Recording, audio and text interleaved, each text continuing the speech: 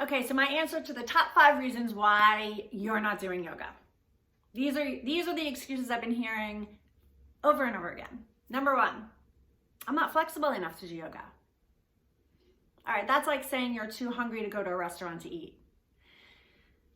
Yoga will make you more flexible, and I guarantee you're not going to get more flexible by not doing yoga. So throw that excuse out the window. Number 2, I can't slow my mind down enough to practice yoga. My mind is racing. Yoga teaches you how to slow down your minds. That's actually the whole challenge of it. That's why people keep coming back to yoga. That's why people who are into fitness start with yoga as a workout and end up craving the meditation aspect of it. So the whole reason that you can't slow your mind down to practice yoga is exactly why you need to practice yoga or try it.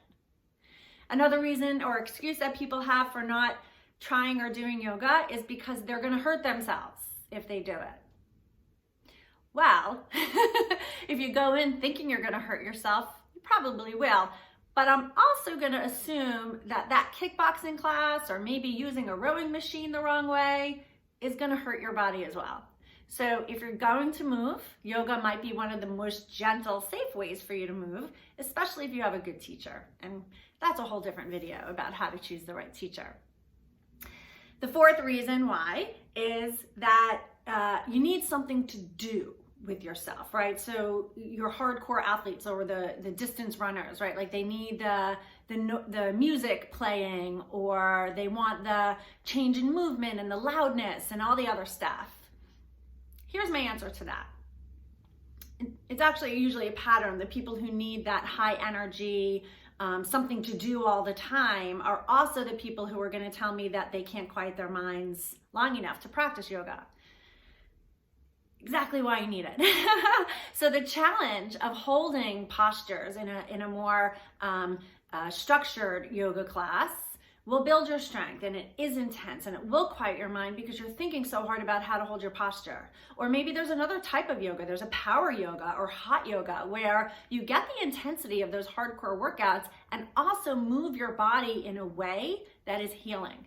Because ultimately that's what yoga is. It is a healing modality. And when we move our body in these sequences and in these ways, and when we tune in enough to figure out what we're doing wrong or how to get into a posture, we make all of the other exercise we're doing that much more efficient and safer.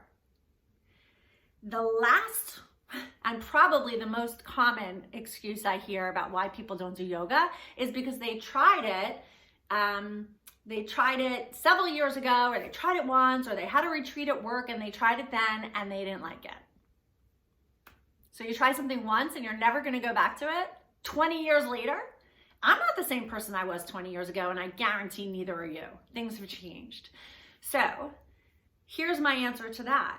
If you've tried yoga once or twice and you didn't like it, try it again. Try a different teacher. Try a different style of yoga. Try a different studio. Try it at home. I mean, it's COVID. Everyone is Zooming right now. Everything is available online, on YouTube, right? So just because you tried it once or twice doesn't mean you're never gonna like it. So with that, I hope that 2021 brings you on your mat in one way or another. I hope it brings you health and safety and joy and a good time. Mwah!